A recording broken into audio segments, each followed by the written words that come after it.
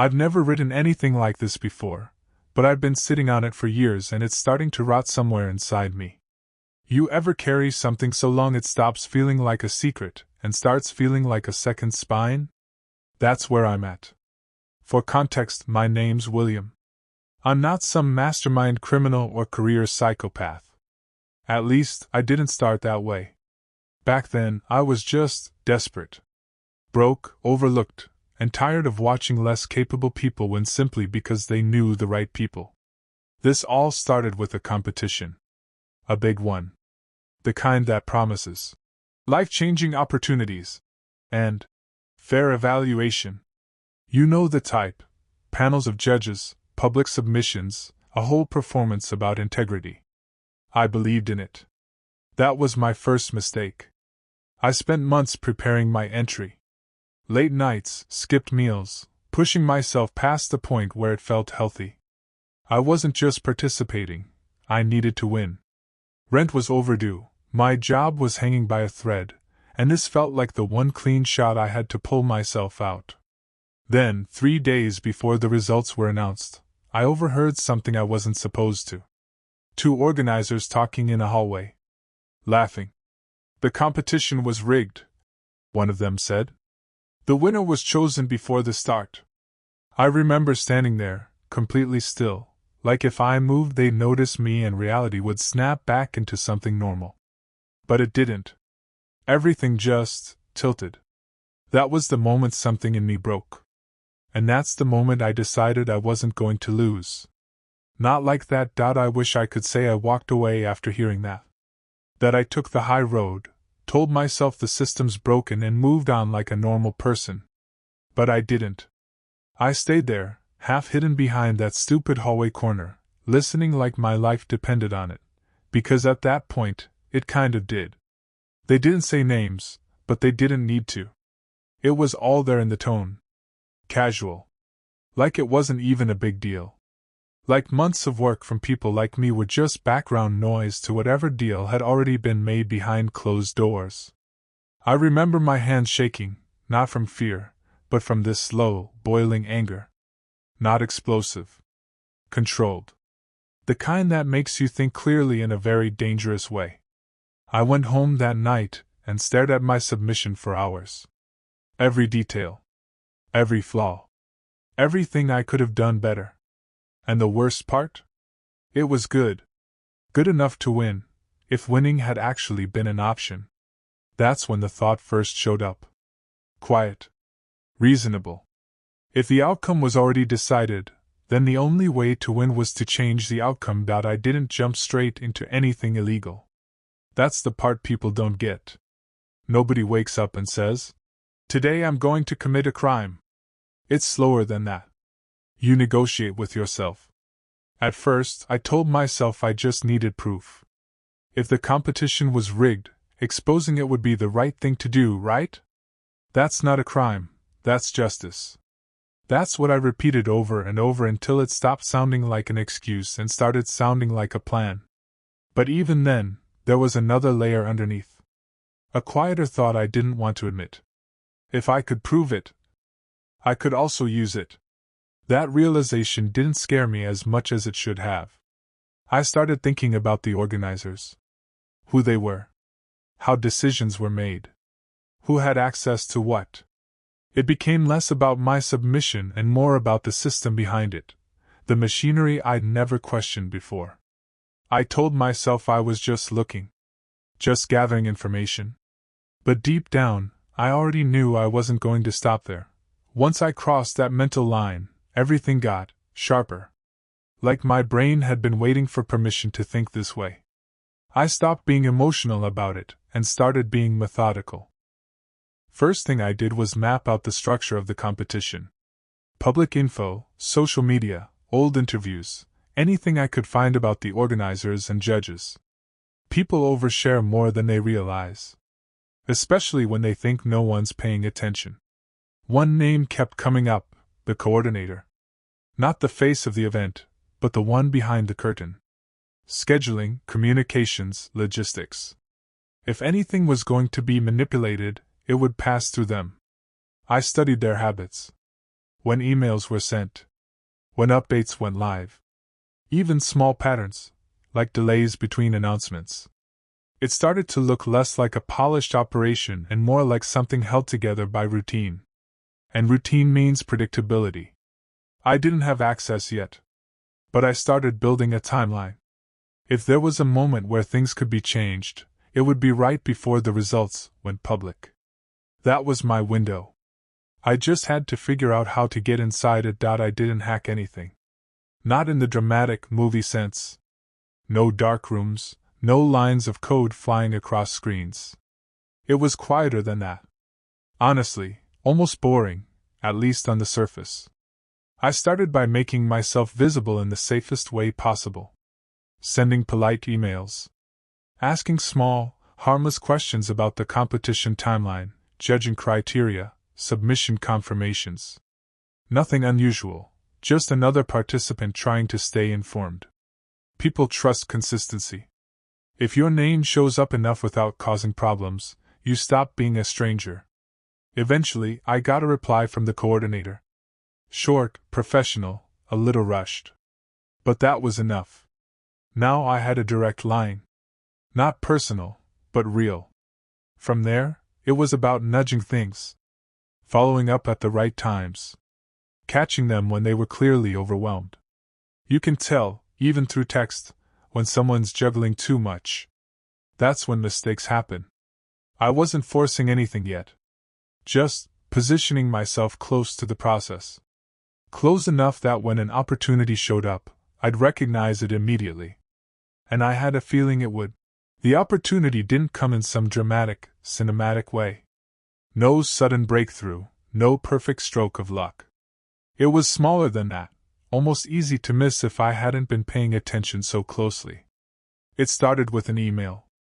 The coordinator sent out a bulk message to participants about a final verification step. Attachments included.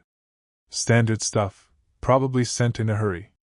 But they made one mistake: they didn't hide the full recipient list. Dozens of emails. Names.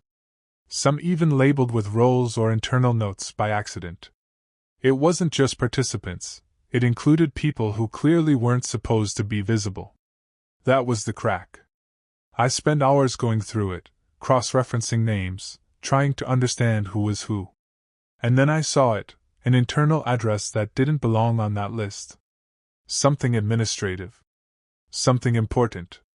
I stared at it for a long time, knowing exactly what it could mean.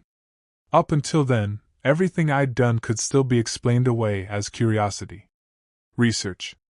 Even concern. But this was access.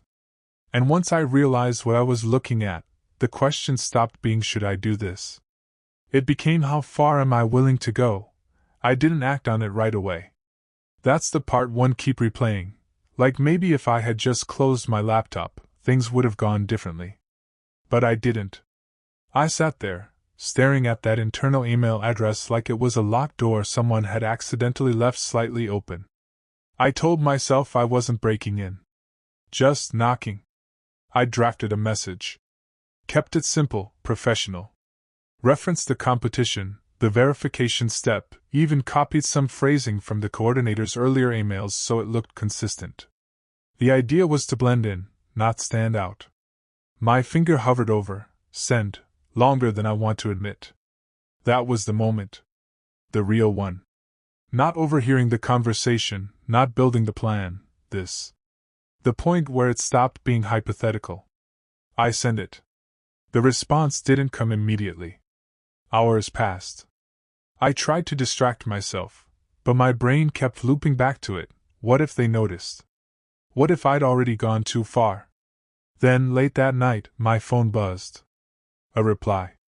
And just like that, the door opened a little wider. The reply was casual. That's what made it worse. No suspicion, no questioning. Just a quick response, like I belonged there. They answered my question, and this still feels unreal, even attached to document.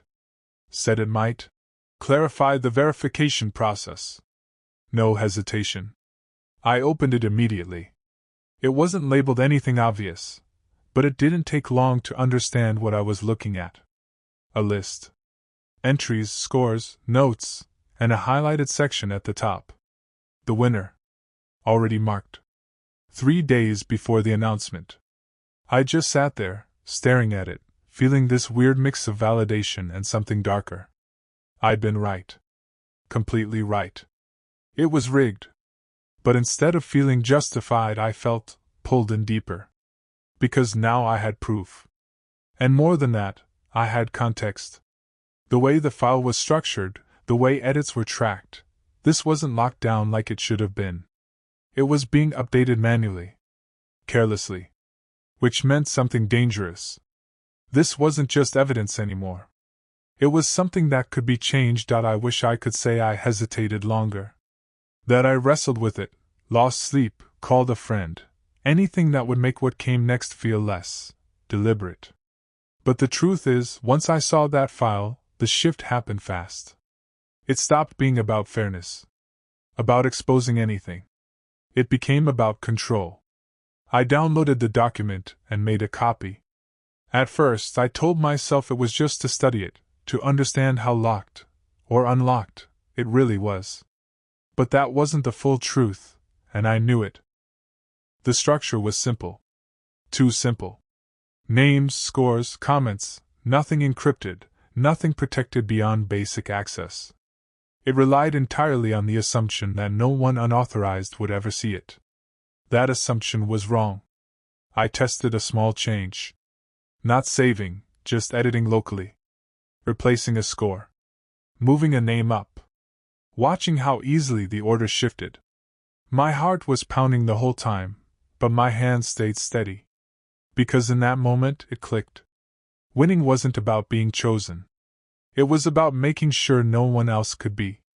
Once I accepted what I was about to do, everything snapped into place. No more hypotheticals. No more what if. Just steps. I knew I couldn't just change the file and send it back. That would be obvious. There had to be a moment where updates were expected, where changes wouldn't raise alarms. Based on the email patterns and timestamps, there was usually a final revision late at night before the official announcement. That was my window. I prepared carefully. Matched formatting, studied how comments were written, even mimicked the tone of whoever had been updating the document. Small details, but they mattered. If anything looked off, it could unravel everything. The hardest part wasn't technical, it was psychological. Convincing myself I deserved this. That I was just correcting something already broken.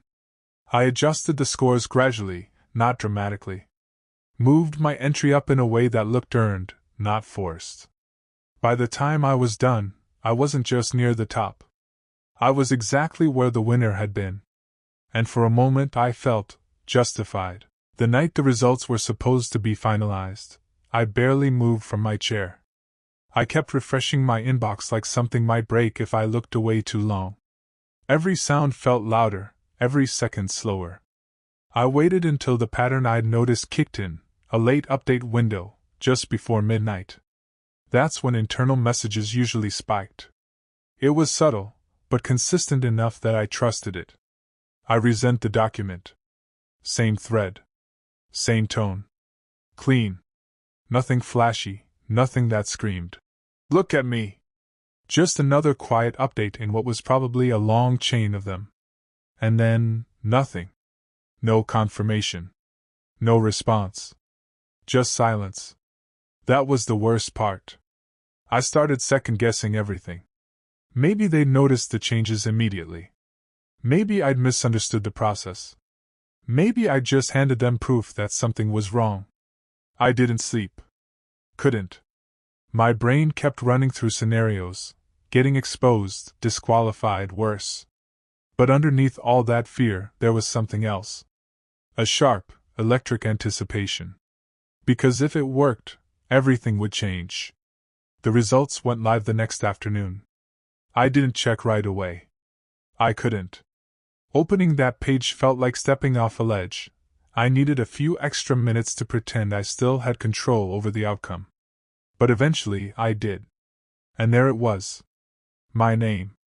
At the top. For a second, everything went completely quiet. Not relief, not excitement, just this blank, suspended moment where my brain didn't know how to process what it was seeing. Then it hit all at once. I'd done it. Messages started coming in almost immediately. Congratulations. Excitement. People telling me how well-deserved it was. Even the organizers reached out, polished and enthusiastic, like nothing had ever been wrong in the first place. That part messed with me the most. Because now, the lie wasn't just mine. It was official. I should have felt proud. Vindicated even. After all, I'd just taken back something that was never going to be given to me fairly. But instead there was this weight. Like I'd replaced one rigged outcome with another. And somehow, that didn't feel like winning. At first, I thought I'd gotten away with it clean. A few days passed, and nothing seemed off.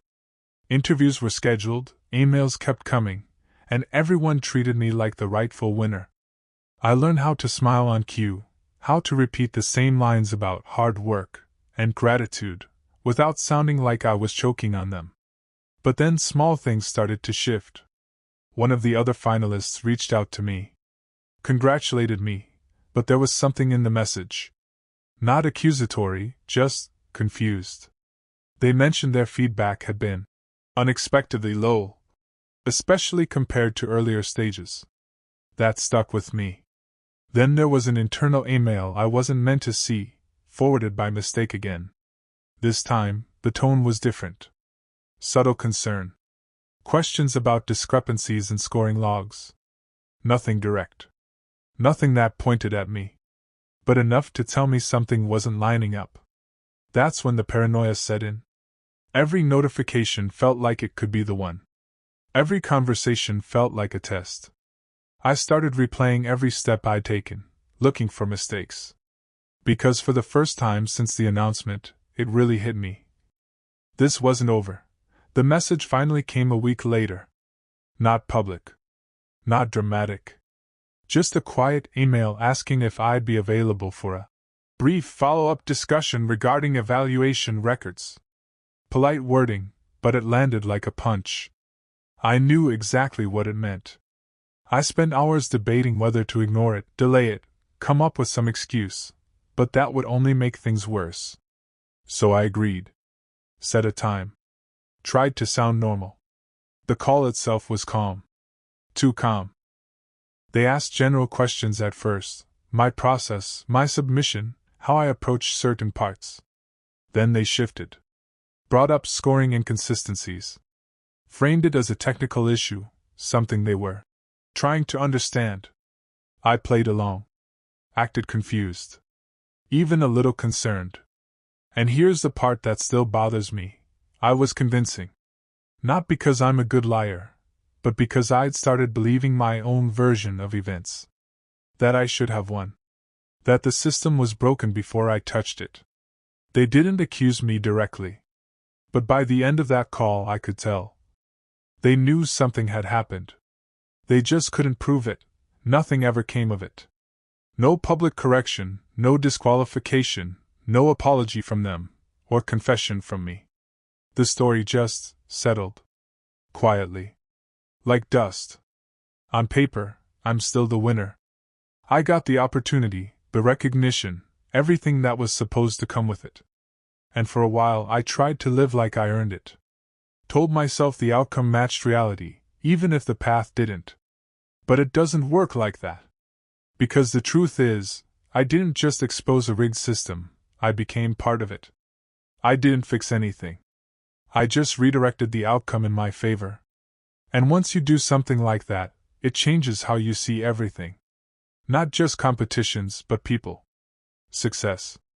Even yourself. I used to think the worst part would be getting caught. It's not.